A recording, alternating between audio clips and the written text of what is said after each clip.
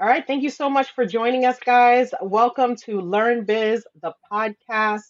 Today, we have a really, really special guest for you. We've had her on our podcast before, but we decided that we're going to bring her back for a really interesting topic. Tonight, we're talking entrepreneurship meets love with Dr. Tasha. We're going to bring her up in just a moment, but I'll go ahead and we'll introduce ourselves. My name is Sandy. I'm one half of Learn Biz, the podcast, where we interview Black entrepreneurs and share their entrepreneurial journey and provide you with a bit of education peer to peer. And I'm going to go ahead and allow my partner to introduce herself. Hi, everyone. I'm Lisa. I'm the other half of Learn Biz, and Sandy said it all. We're just happy to occupy this space and take up time for entrepreneurs. And so tonight, as we enter the realm of entrepreneurship and mix it up with a bit of talk about love, in honor of Black History Month, in honor of Valentine's Day that just passed us, we're going to get down into the nitty gritty with Dr. Tasha. She is very, very open to giving us some great information.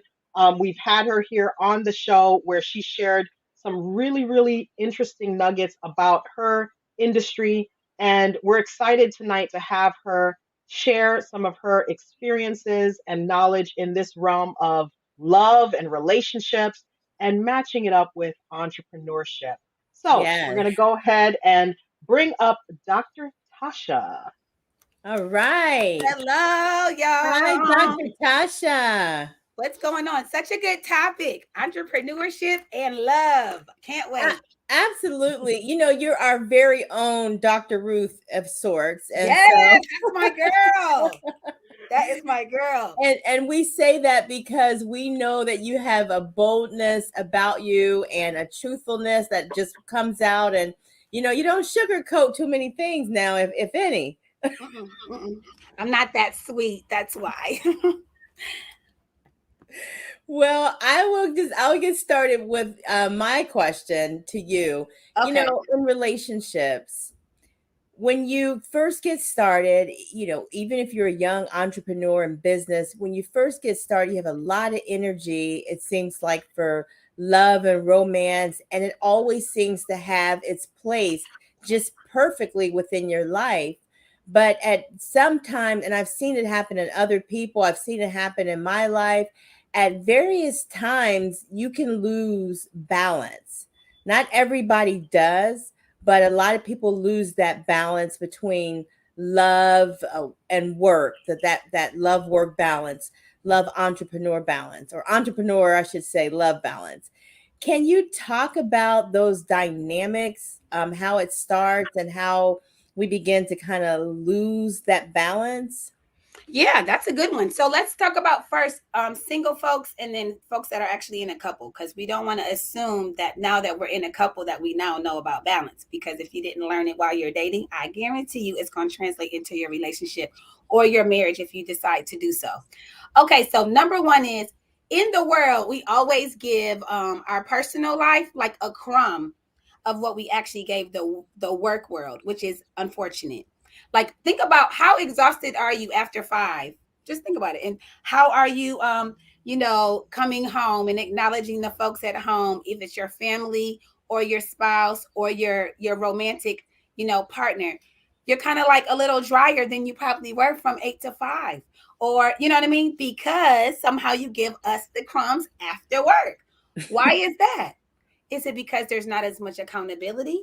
Right? Because with work, there's like fruit from the work. So there's like money or maybe status, but like you don't get anything in terms of your professional life. I mean, your personal life. When in my mind, you're getting everything, which is exactly what richness is, or real wealth is. It's actually like personality, love, kindness, maybe even like a feeling of someone actually caring for you or you caring for them. That's rich. Even dependency, not in a codependent, unhealthy way, but just in a way that someone can rely on you. Someone thinks well of you and you think well of them. I always say acknowledgement is free, and that most times This does not happen with folks that are entrepreneurs. They are not at times acknowledging their spouses as much as they should. It could be with the support. How about a good thank you? Those two words, thank you, somehow cannot come out of our mouth. How is that the hardest thing to say out loud? And that could be, thank you for getting dinner ready before I got home at 8 p.m. How about that? How about thank you for the laundry that you finished when I left in the dryer, but you folded up? That's a big one. Or like, thank you for getting that extra glass of wine because you know I needed it. That's a thank you. You guys know about that thank you? I love a good thank you. Acknowledging someone is free. Now, for the single folks, that's for folks that have folks at home. For the single folks, if you don't have the balance, just wondering, then you don't need to be giving out your number or asking anybody for anyone's number because you don't have the time for someone. And that's the worst feeling when someone gets your number and they don't call because they're talking about I'm busy. That B word, it's whack. Okay.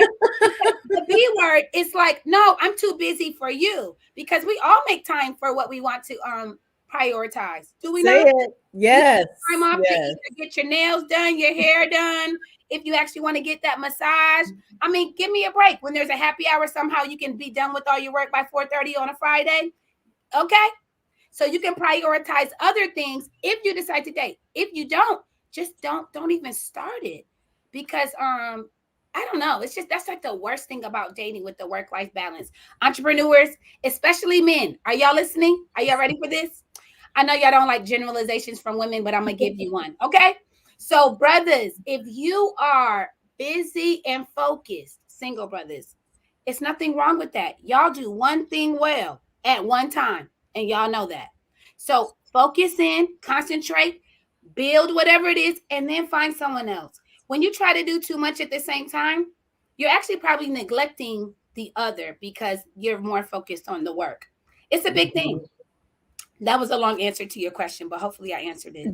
That was a great answer. And are you saying that men focus a little bit more on the work when they're focused in on it than women? No, I'm saying men do one thing well. If men are cooking, they are cooking. They are not watching the kids and cooking. Do you understand? Gotcha. When they are focused on chasing the bag, they are not even answering the phone. Somehow the phone is like so overwhelming to text back. You see what I'm saying? So don't do it. Focus in until you're ready and give yourself some space to then date. That is with a lot of men. It's a good thing. It's not, it doesn't say anything bad about men. It's just they do one task well at a time. Gotcha. Let me throw this over to Sandy because I know she's chomping at the bit here. So, what do you say to couples who are both entrepreneurs and they're trying to find strategies to kind of work together and try to communicate in the same language? Because you just said something important to me.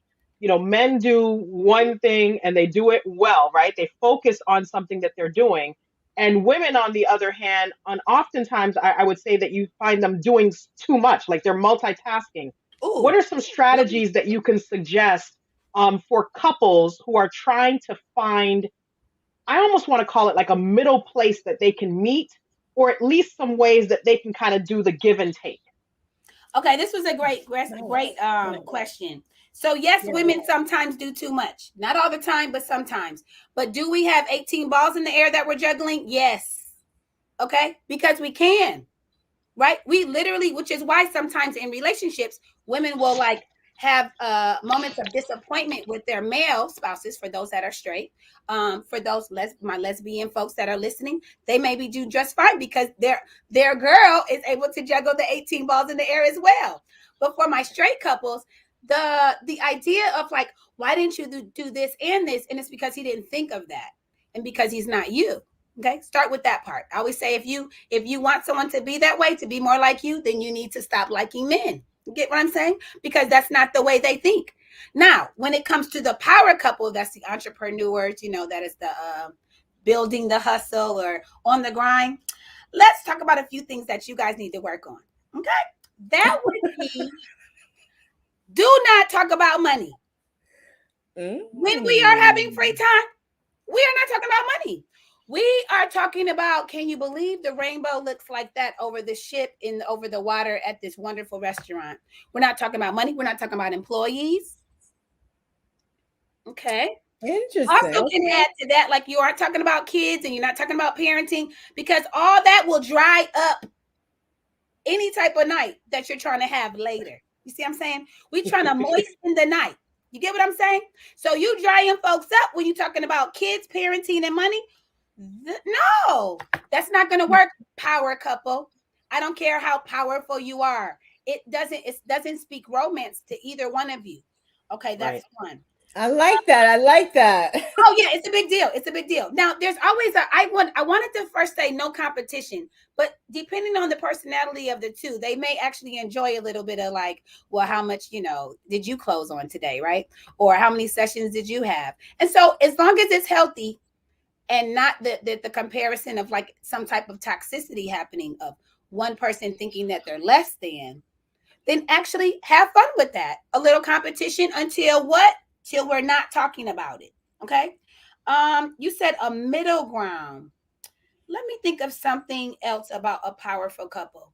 You got to find out what is the other person's stress relief.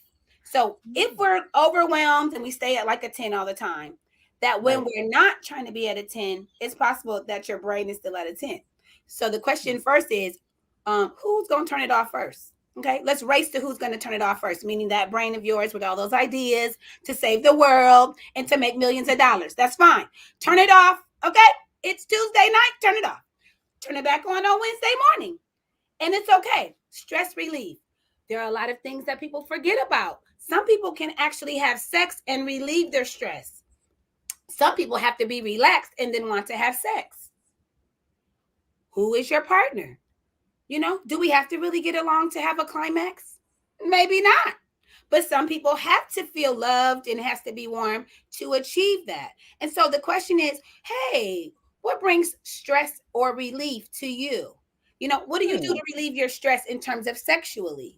You know what I mean? I just wanted to jump that, I don't know. We could talk about So Dr. Tasha, real quick, that has to be a conversation, apparently. Of course. Because could you imagine if you're trying to do me and I'm actually stressed out? And you're like, yeah, we're stressed, but don't you want to get some stress relief? So the way you're thinking of sex is differently than the way that I'm thinking of. That's a conversation because we're going to miss each other. You're not trying to miss each other when it comes to some horizontal activity. We got to figure out what is it going to take for us to get here. Right. I love that. And do people do No, I don't even know what you're going to say. No, couples don't talk about this at all. No. Who's talking about sex? Who's even talking about how to have good sex? Who is teaching anybody how to do whatever the heck we're all supposed to be good at? No one. Yeah.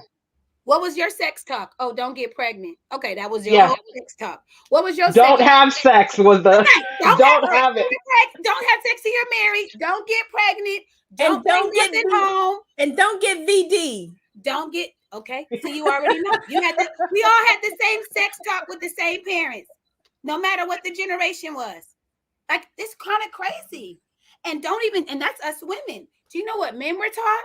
Oh, you don't want to know about this. So they're number one, a lot of different, depending on the culture, they were taught to never perform oral sex. Mm-hmm. Oh, wow. Which is a whole conversation because that's not what we do. That's what y'all do to us. Oh, yeah, we're saying that for the audience that's listening. That's a real thing. But the truth is, what if your girl, fellas, maybe that's the only way that she's able to climax. So now is it all about you and yours or is it about her?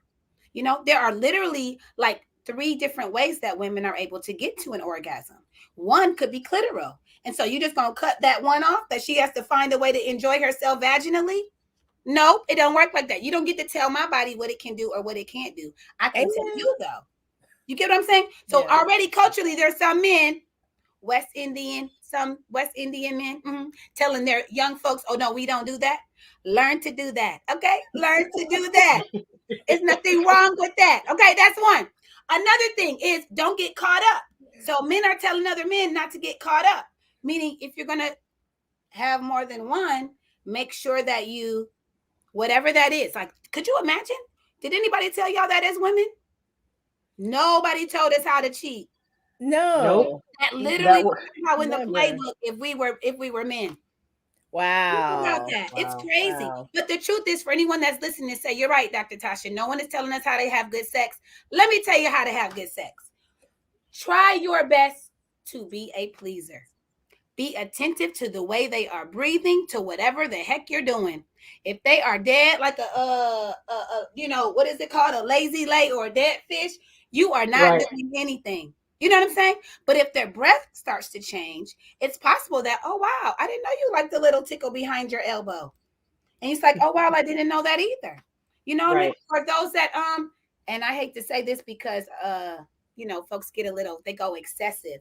But maybe you need to, entrepreneurs, take the edge off with whatever that might be. If that is the glass of wine or maybe a nice cigar to get out Right. of your head, then maybe you'll have better sex because you got able to chill a little bit. Now, I said in moderation, right? So 1 or 2 glasses of wine with your steak is fine. You know what I mean? A couple pulls on your cigar is fine because you are trying to get out of your head, right? Because sometimes when we're so smart, y'all know how when we're just too smart for our own good, we literally can like outthink a good idea. All the And intellectuals that are listening.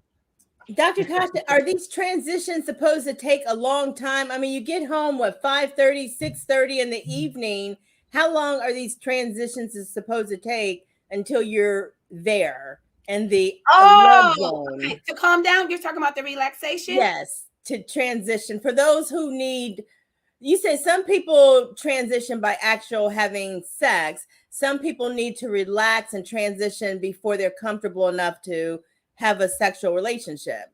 That is a great question. I never thought about that. But you know what's funny?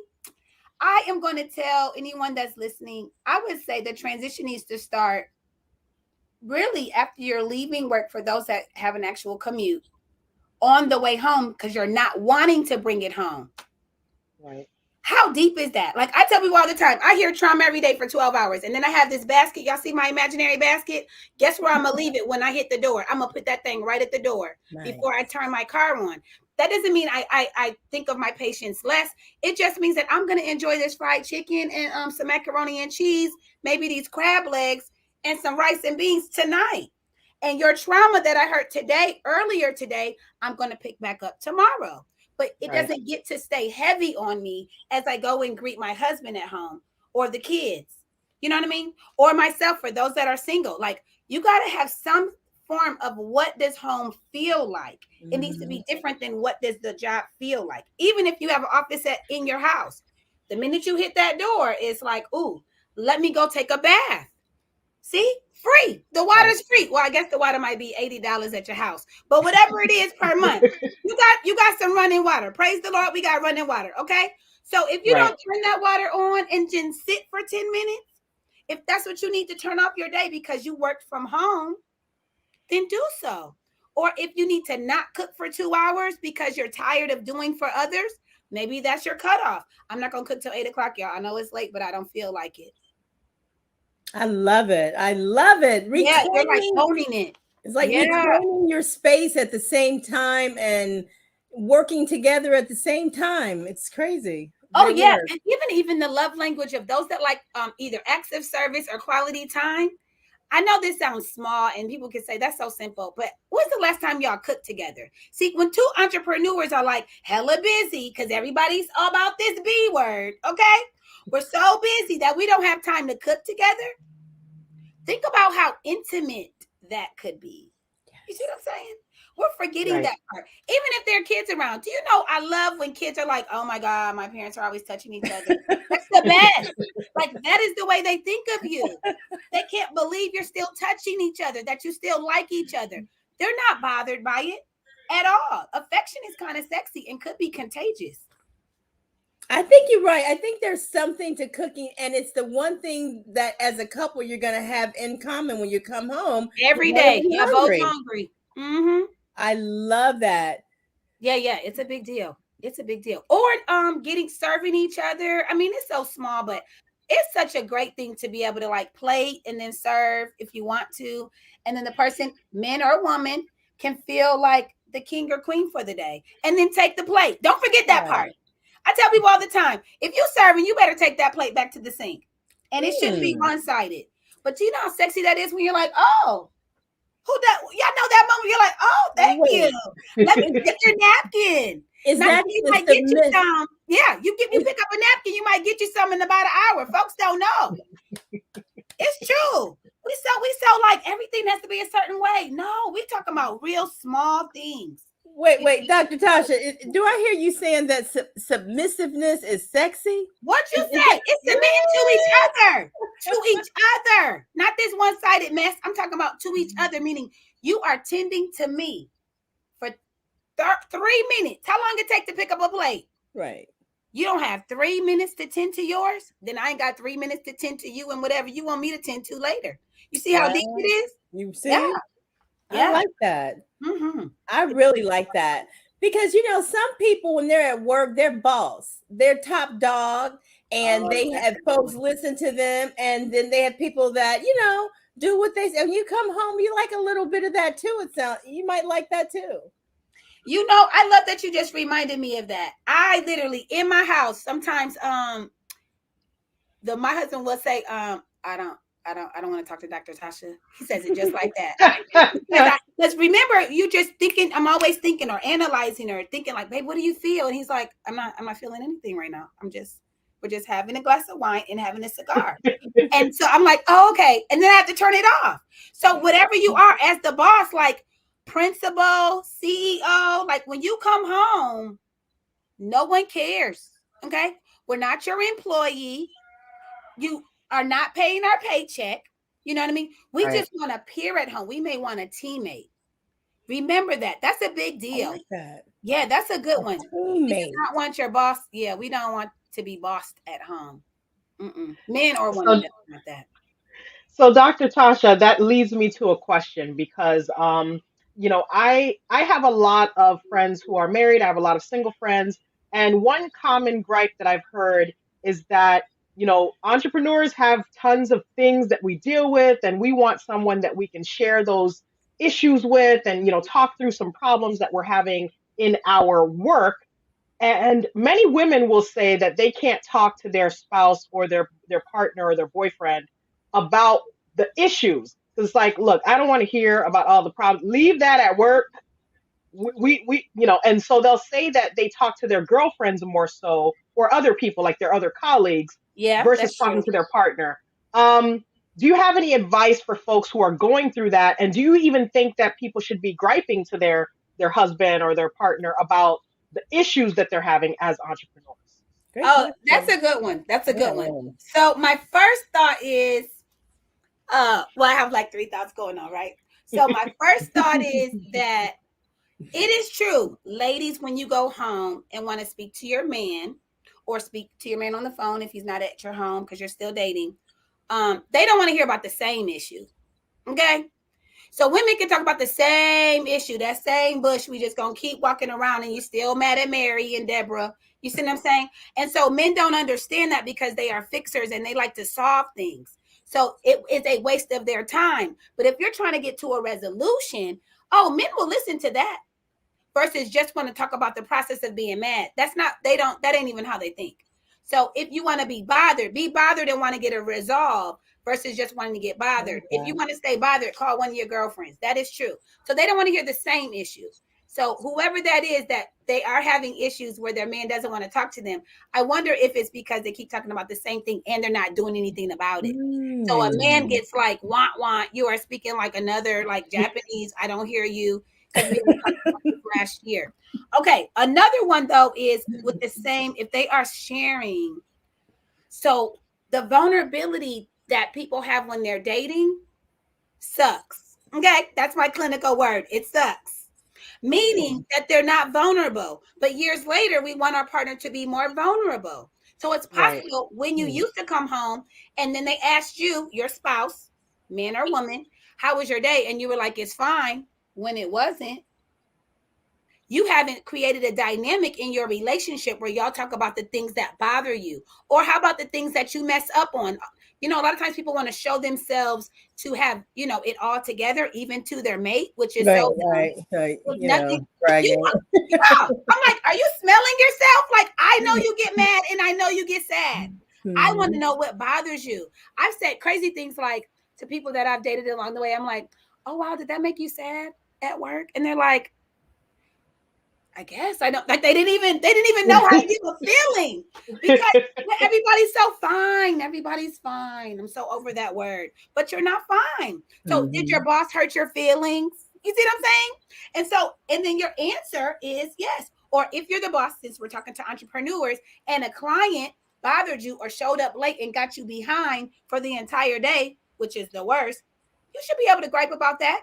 But make sure that you start the relationship or change this new, while you're changing this new dynamic, just know you have to help the person's ear to even care what you're saying, versus when you used to kind of shut down and not share. So that's the beauty of being vulnerable. And then you get to learn about them. So once you start, sometimes they'll say, oh yeah, that happened to me today too. Like I messed up on, when's the last time you said that to your mate? You see what I mean? Like, I totally messed this up. You will not believe what I did. It's like, I don't make mistakes. What are you talking You about? see what I mean? But the true intimacy, this is way beyond sex. Like the emotional kind of like attachment is from like those moments of just like, oh my God, me too. That totally happened. And then Right. we're like intimately connected without judgment. I like that. Woo, that sounds like relationship freedom. Hey, I love that word, free. I love So that. we do have we have a couple of folks watching, so I just want to make sure that if you are watching or if you're watching the replay and you have questions, please don't hesitate to post your questions, because you never know, we might be able to wrangle up Dr. Tasha again for maybe a follow-up later on in the year. But these are some really interesting questions that we're asking so far about, how we can mesh entrepreneurship with love. And so, Lisa, I don't know if you have another question line, because trust me, I have a little list right here. I have one more that's really, I have been told by some couples or people in relationship that it's so hard for them to get on the same love schedule during the week, that they Oh, actually have to calendar date night with each other. okay. And They have they the have to calendar. play things like, let's go to Hawaii on Wednesday night. I'm gonna meet you in Hawaii, baby. So you put your lei on and you have your pineapple Hawaiian chicken dinner and your Oh. drink, and you have your whole bedroom themed out. But Wednesday night is your night and you come prepared. What do you think about that, Dr. Tasha? Okay, so there's nothing wrong with scheduling date nights, as there is also nothing wrong with scheduling sex dates. Okay, I do believe in spontaneity is everything, and then there's sometimes we got these kids that had to go to bed by 9, so of course we're not doing nothing until 9:30, right? So it ain't that spontaneous. We already know what our free time is. Now, Right. what I can say is the beautiful thing about date nights, which is helps people with their own either anxiety or depression, or just moments of them second guessing or questioning their relationship of if it's good or not, is that you're giving each other something to look forward to, which is why I love that. So Mhm. if I know that on Sunday we are going to do this, then it's possible that between Tuesday and Sunday, I'm actually like possibly giving you the benefit of doubt, knowing that you want to spend time with me, knowing that we're going to talk later and we'll have some alone time, right? So I'm able to like kind of check myself. There's something in the date night that's actually like checking yourself from understanding the other person's motives, that they do want to be here. They do want to spend time with me. All those things that we do in our head as intellectuals, we need to let go of that sometimes when it comes to matters of the heart. Like Mm. this right here, the head and the heart, sometimes they literally don't have to be the same. They clash. They do Okay, clash. they do. Let's just enjoy each other. Even when you flirt and say, I can't wait to see you on Sunday. Mm. Even though y'all in the same house. Or I'm looking forward to 10 o'clock tonight. I love that. Yeah, and that could I just be watching TV together. We're not talking about always some type of romantic, physical, touch. It could literally be, I'm looking forward to playing whatever. Some people love to play their playing cards. I know couples that play like spades with each other, or they hmm, look forward to different TV shows or series. Like that can even be, it sounds small, but like it's huge. right, Yeah, right. no, that's huge. I love it. And is there anything wrong with being a workaholic? Or can you be a workaholic and still have balance in your relationship? Can you be a workaholic and still have balance? No, at all. Not at all. Mm-mm. Is being a workaholic the worst thing in the world? No. You could be a workaholic and prioritize your relationship. Let me see how. You'd have to put it into a boundary of, I'm a workaholic from Monday through Thursday, but I give my spouse the weekends. That would Okay. be my real life. That would be I my real like life. that. 12 hours a day. Okay. Yeah. Okay. But then I definitely do not pick up my phone to do work on the weekends because I was given, 50 or 60 hours Monday through Friday to do what I do. So you have to make sure that you're almost like fighting for for them to also feel like priority. Because anything with a holic at the end ain't healthy. So, Dr. Tasha, I know that we only have a couple more minutes with you. Oh So yes, I I would have a person ready right now. Oh, we would love you. so we would love to just get your last thoughts. When you think about this topic, entrepreneurship meets love, give us that one last gem that you want people to understand about this particular topic. Mm. You know what? I am going to say for those entrepreneurs that want to be in that power couple, I want you to know that you can be, but sometimes remember, don't just chase the bag, like chase the connection, and it really sounds kind of cheesy, but like that bag ain't going to hold you at night. I'm sorry. And so we need each other, and the other person should know that you need them. And so this was really good, guys. Thank you so much. Make sure Thank if you guys want to you. comment, I will respond for part 2 or 3 of this. Yes. There's nothing wrong with being a little vulnerable. Talk about what you struggle with. There's no judgment. We're here to help. I Thank you so love much. it. Thank you so much. We will invite you back soon. Don't worry. No problem. Thank y'all. Take care. Okay. Thank you. Bye. Bye. All righty. So we just Wow. had a really great set of tips and information from Dr. Tasha.